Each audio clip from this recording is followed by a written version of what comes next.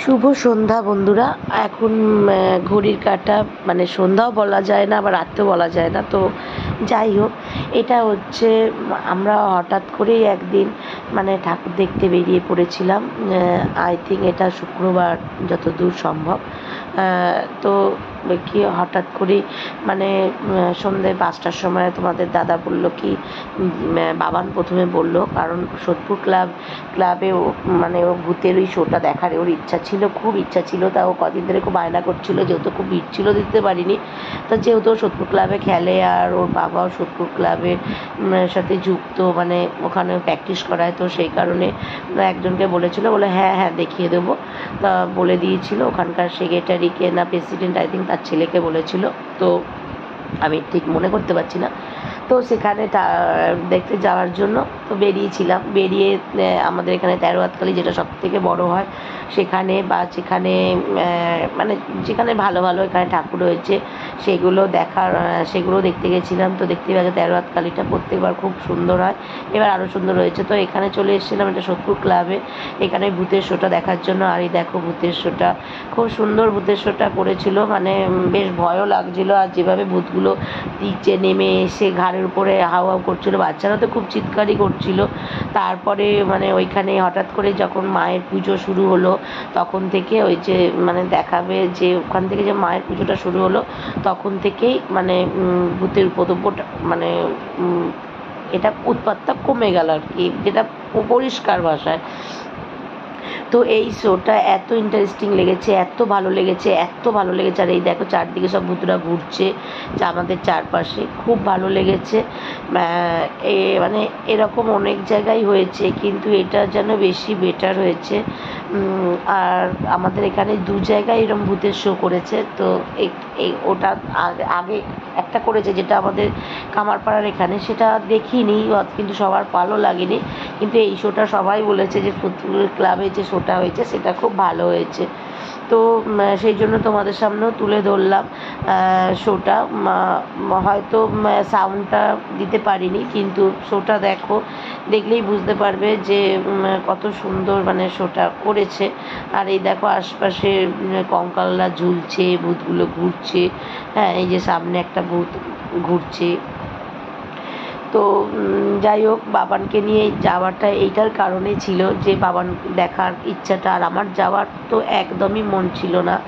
মানে হুট করেই বলতে গেলে মানে হঠাৎই প্ল্যানিং করে বেরিয়ে যাওয়া, আর ভাবতেই পারিনি। আর আমার একটু ভয়ও লাগছিল, কারণ আমার এগুলো না একটু মানে একটু কী বল, একটুখানি গা ছমছম, মানে ভয়টাই আমার একটু আছে। হ্যাঁ, বাড়িতে অতটা না, কিন্তু রাস্তাঘাটে এখনও ঠিক অতটা মানে করে উঠতে পারি না, একটু ভয় লাগে। আর এখানে খুব সুন্দর সকাল রাতের বেলা যেখানে ভূতের তারপরে সকালবেলা উঠে মায়ের পুজো হচ্ছে, ওখানে মা পুজো, ওখানে একজন পুজো করছে সকালের আলোতে। 10 মিনিটেও শো না, 10 মিনিটের মধ্যে শেষ হয়ে গেছে, তবে খুব সুন্দর শোটা করেছিল। যারা যারা দেখেছো শোটা অবশ্যই আমাকে কমেন্ট করে জানিও, আর যারা যারা সত্যি থেকে তারাও জানিও। তো তারপরে আস্তে আস্তে চলে গেছিলাম মুড়াগাছা হয়ে সাজিরহাট হয়ে। তো মুড়াগাছা এই প্যান্ডেলটা করেছিল, খুব ভালো লাগছিলো। মুড়াগাছা পেট্রোল পাম্পের পিছনে মানে সামনে অবশ্যই। হ্যাঁ, তারপরে এটা হচ্ছে সাজিরহাটে গেছিলাম। এই ঠাকুরটা এত ভালো লেগেছে, আর এই প্যান্ডেলটা টোটালি করেছিল পাখা বলো, ঝুড়ি, চামচ, বা তারপর আগেকার সেই কুলো বলে না, সেইগুলো দিয়ে মানে খুব সুন্দর বলতে গেলে প্যান্ডেলটা করেছিল। আর পাল মানে সমস্ত কিছু হ্যান্ডমেড দিয়ে, অ্যাকচুয়ালি যেটা বলা যায় আর কি, সেটা হচ্ছে টোটালি এটা হ্যান্ডমেডের প্যান্ডেলটা করেছিল, আদিবাসীরা যেমন ছিল এইরকম। আর এই দেখো দেখাচ্ছি, এই দেখো তারপর হচ্ছে পাতা, গাছের পাতা, এই যে চুবড়ি, চামচ, এইসব দিয়ে প্যান্ডেলটা করেছিল। এই ঠাকুরটাও অপূর্ব হয়েছিল, খুব সুন্দর হয়েছিল, ঠাকুরটা ভালো লাগছিলো। ভিতরে ডেকোরেটিংটাও খুব সুন্দর করেছিল, বেলুন টেলুন দিয়ে। তারপর দেখো বেলুন দিয়েছে, তারপর নানা রকম ওইগুলো তো রয়েছে হ্যান্ডমেড। তারপর হচ্ছে শোলা, সমস্ত কিছু দিয়ে মানে নানা রকম জিনিস বানিয়েছিল কাঠ লাইব্রেরি দিয়ে। আর ঠাকুরটাও খুব সুন্দর করেছিল। তো এই প্রথমবার বলতে গেলে, মানে এই প্রথমবার অত দূর ঠাকুর দেখতে যাওয়া। এর আগে একবার গেছিলাম আমি দাদার সাথে, কিন্তু দেখতে পারিনি, ভিড় ছিল বলে, মানে বারাসাতে তো ঢুকতেই পারিনি, আমাদের অন্য রাস্তাতে বেরিয়ে যেতে হয়েছিল, কারণ এত ভিড় আমি ভয় করিনি। তারপরে এটা হয়েছিল মধ্যমগ্রাম চৌমাথা। মধ্যমগ্রাম চৌমাথার ওখানে যে বিশাল বড় প্যান্ডেলটা করেছিল, তো কারা কারা এখানে ঠাকুর দেখতে গেছো অবশ্যই তোমরা কমেন্ট করে জানিও, আর কার কোন ঠাকুরটা ভালো লেগেছে সেটাও অবশ্যই কমেন্ট করে জানিও। তো এই ঠাকুরটাও আমার খুব ভালো লেগেছে। এটা একটা বুদ্ধ মন্দির করেছিল, আর অনেকটা জায়গা নিয়ে হয়েছিল, এখানে ফাংশনও হচ্ছিল। প্যান্ডেলটা অপূর্ব লেগেছে আমার, খুব সুন্দর লেগেছে।